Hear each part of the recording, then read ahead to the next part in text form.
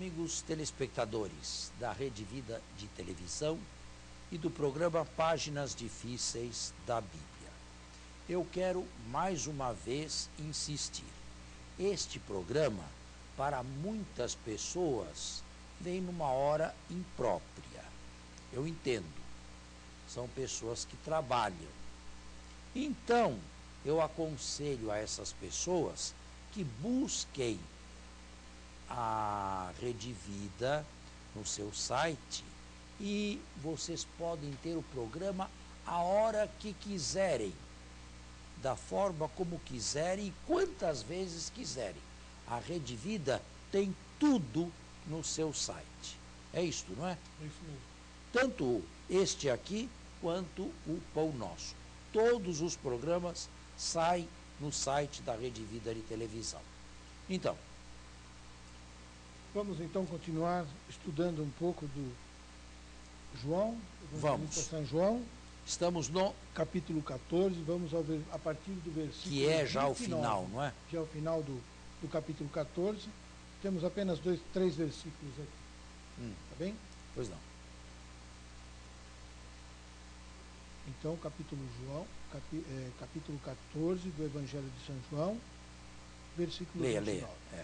Eu vos disse agora antes que aconteça, para que quando acontecer creiais. Já não conversarei muito, pois o príncipe do mundo vem. Contra mim ele nada pode, mas o mundo saberá que amo o Pai, e faço como o Pai me ordenou. Levantai-vos, partamos daqui. Levantai-vos, partamos daqui. E aqui deveria terminar o primitivo discurso de adeus. Se você ligar esse versículo final 31, é 31? 31. Se você o ligar ao capítulo 18, versículo 1, você não sente falta nenhuma nos capítulos 15, 16 e 17. Faça esse exercício. E o telespectador, se tiver a Bíblia, então, também o faça. Vou a partir do 31 e vai logo para o 18. Mas o mundo saberá que amo o Pai e faço como o Pai me ordenou. Levantai-vos, partamos daqui.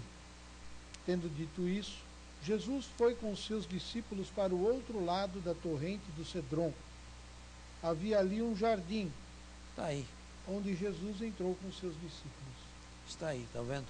Se não houvesse os capítulos 15, 16 e 17, o leitor sentiria falta? Então, de fato. Nenhuma.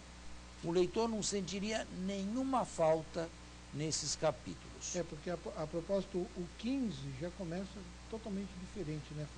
Começa falando, eu sou a videira verdadeira. Então, qual é a resposta lógica e naturalmente inteligente que se dá a isso? Provavelmente esses capítulos 15, 16 e 17 não faziam parte do primitivo evangelho. Teriam sido acrescentados mais tarde por um redator final, para que nada daquilo que se chamava tradição de Jesus nessa comunidade se perdesse. Portanto, esses 3 capítulos aí são capítulos tardios. É claro que nós os consideramos e lemos agora o texto como ele se encontra. Na verdade, não há nenhum elo entre o capítulo 14 e o capítulo 15. No capítulo 14, levantai-vos, vamos-nos daqui. No capítulo 15, se fala, eu sou a videira e vós os ramos. Mas afinal, se levantaram, não se levantaram, continuaram a conversa, se esqueceram, para onde foram? Sabe, há ingênuos que pensam que as coisas realmente se deram desta maneira. Jesus fez que se levantava, mas sentou-se de novo. É evidente que isto aqui é uma ingenuidade tal que não tem comentário. Dispensa qualquer comentário. Esses capítulos são tardios e foram colocados, inseridos mais tarde. Como, aliás, o capítulo 21 também. No capítulo 20 se termina o Evangelho. Leia lá o capítulo 20. Já que estamos o capítulo 20. Já que estamos em questões de crítica literária, leia o finalzinho do capítulo, o epílogo do capítulo 20 desse Evangelho. Leia. Do 27 em diante, por exemplo?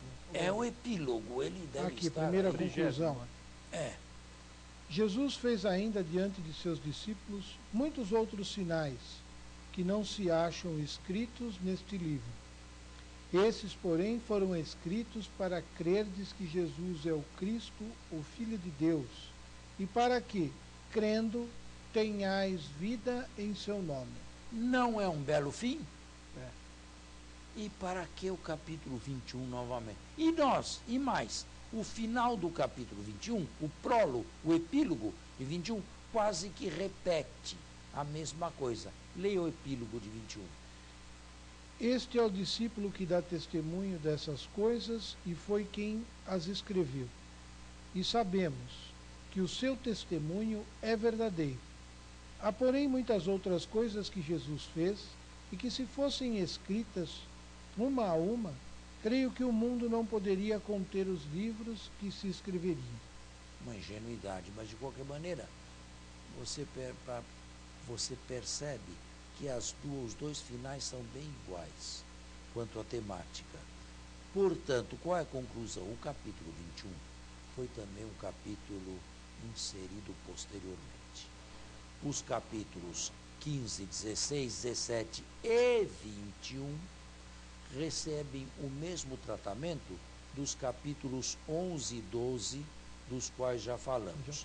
Foram inseridos numa segunda ou numa terceira redação.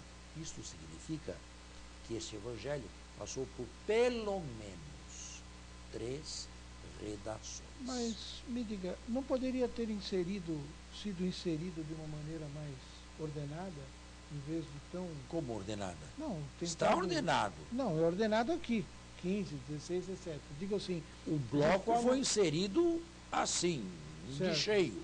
Não dava para dividir em outras partes melhores, assim? Quais foram os critérios que esses redatores finais tiveram em mente, nos escapam por completo. Mas o capítulo 15, por exemplo, não foi inserido depois do 16 ou antes do 16. Os 3 capítulos foram inseridos. Padre. A lógica, talvez você me pergunte pela lógica, se isto tem lógica. Bem, alguma lógica devia ter para quem o fez.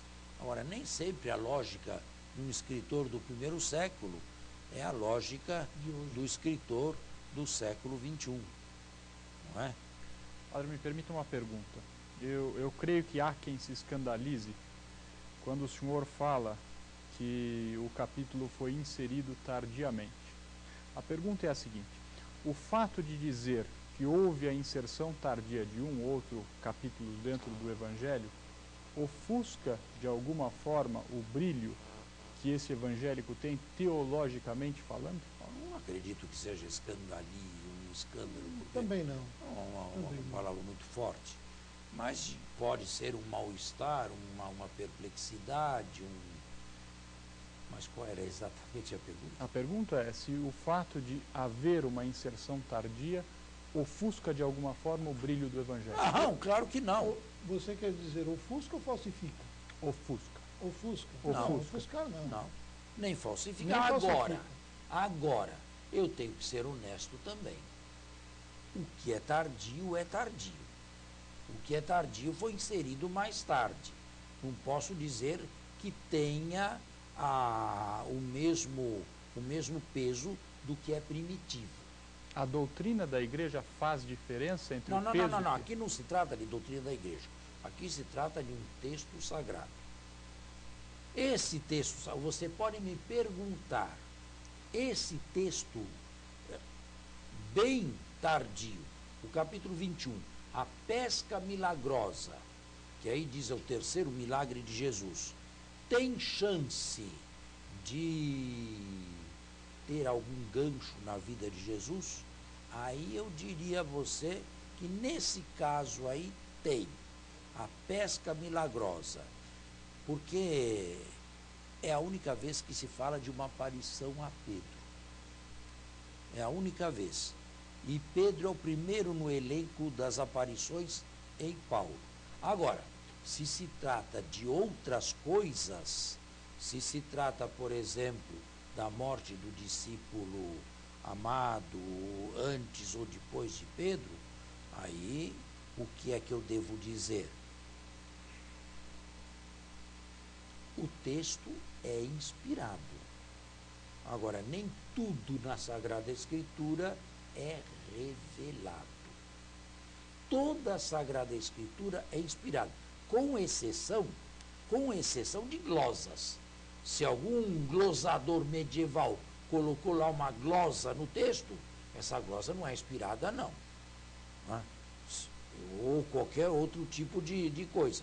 Ora, o que vem do passado, em geral, é considerado inspirado. Glosas é preciso tomar um certo cuidado. Depende de quando foi inserida a glosa, quem a inseriu e em que manuscritos ela contém ou em que manuscritos ela falha. Aí não dá para fazer um juízo peremptório, mas é uma questão importante e voltamos no segundo intervalo. Dou um exemplo com o problema são as glosas. Agora, o telespectador sabe o que é glosa? Vale a explicação, padre. Então dê a explicação. São acréscimos ao texto que são feitos eventualmente no decorrer das edições que esse texto recebe. Não diria das edições, porque é um termo muito moderno, não é? Mas das recensões, das cópias. Não é? Uma glosa medieval pode ser aceita como inspirada? Acredito que não. Há glosas que foram inseridas no texto? E essa Bíblia de Jerusalém elimina diversos versículos, elimina aí no Novo Testamento alguns versículos, põe entre parênteses, versículo 23, entre parênteses. Por que não colocou ali o versículo 23? Porque para o redator, esse versículo aí é um versículo muito discutível do ponto de vista da autenticidade. Padre, dou outro exemplo.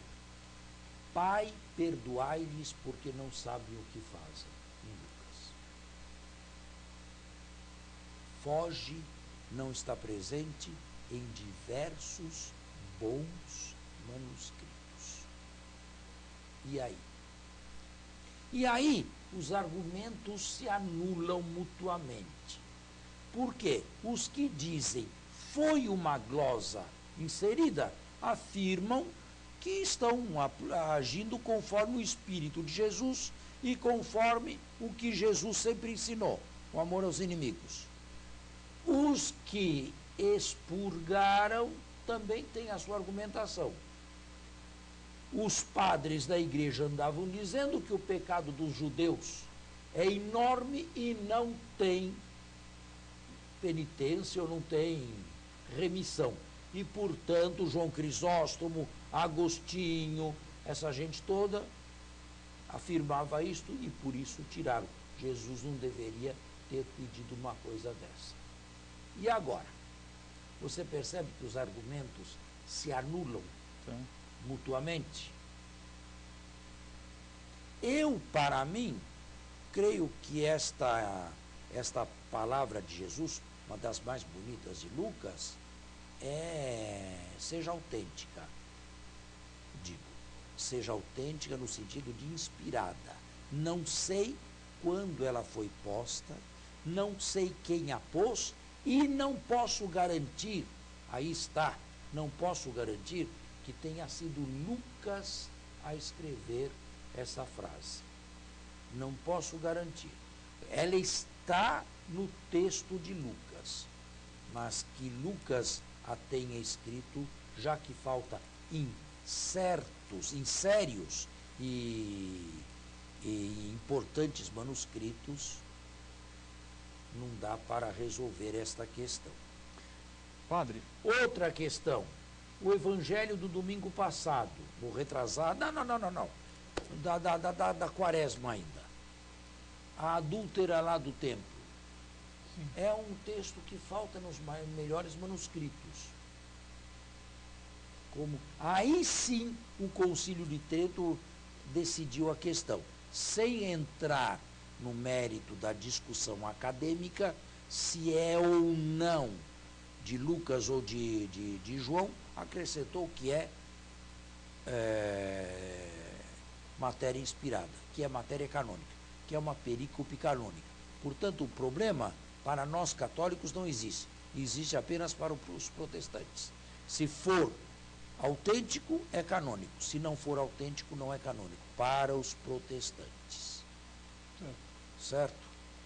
Assim eu poderia dar muitos outros exemplos, não é, de dificuldades. Mas se vocês olharem na Bíblia de vocês com cuidado, vão ver que às vezes certos versículos não estão escritos. Tem lá, versículo 22, entre parênteses. Olhem a nota de rodapé. Falta nos melhores manuscritos.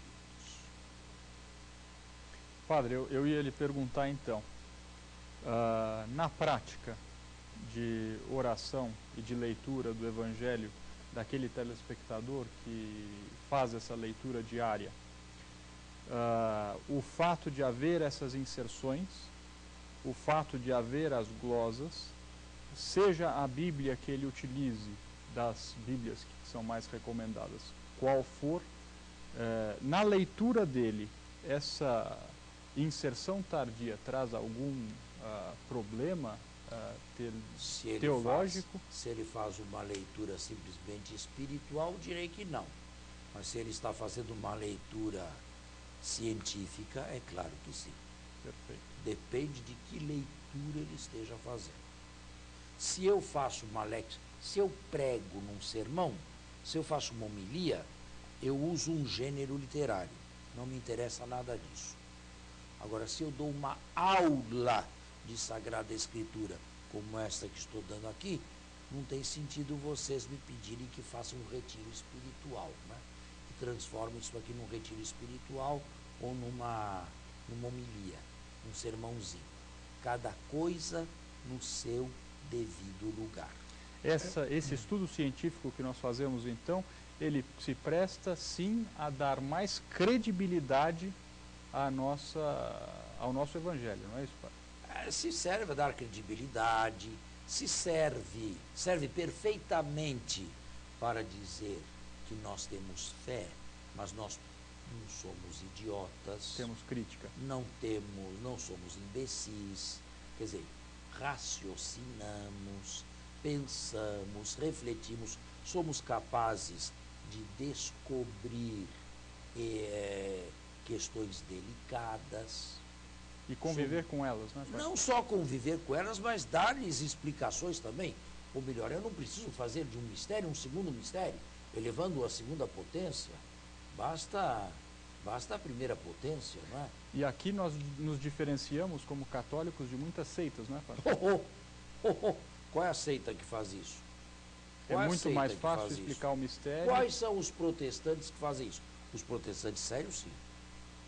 Os luteranos, os calvinistas, os anglicanos, os presbiterianos, esses acho que fazem estudos sérios bíblicos.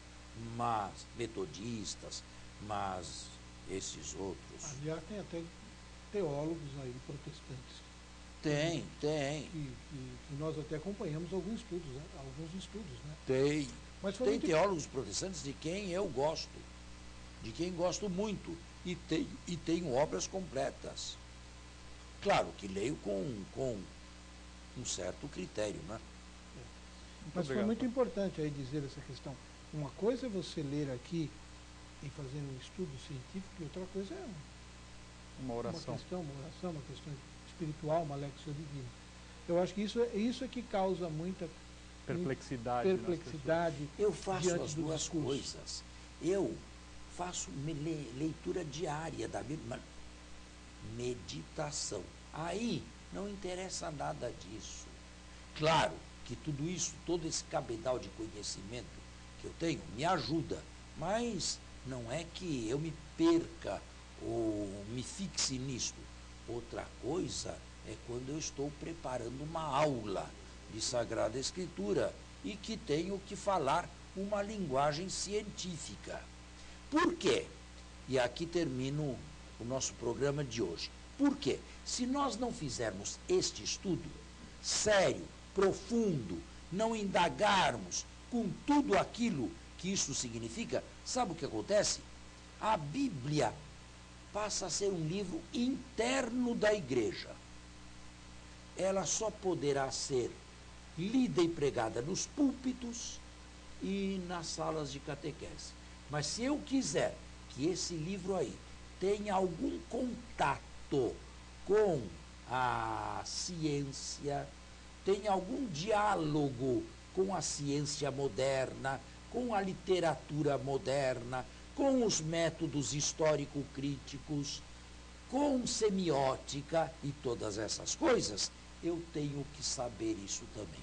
Caso contrário, a Bíblia fica reduzida a púlpitos, a igrejas, a pessoas que lá vão e crianças que frequentam escola de catecismo. Mas acaba qualquer diálogo entre cientistas e mundo bíblico. A menos que, uma exceção, que venham parar em alguns programas altamente científicos, mas falo isso aqui com ironia, gente que nunca teve nada com Sagrada Escritura e vem com as últimas descobertas. Jesus e a Madalena, Jesus e não sei quem. Aonde estudaram? Quais são as línguas bíblicas que dominam? Que tese fizeram? Quais os livros que leram? Qual a crítica internacional a tudo aquilo que dizem? Nada. São jornalistas simplesmente que querem agitar para fazer ibope e ganhar dinheiro. Então é melhor aprender aqui de uma maneira mais séria. Muito obrigado e até a próxima, se Deus quiser. Um bom domingo a todos, até a próxima semana. Um bom dia e até nosso próximo programa.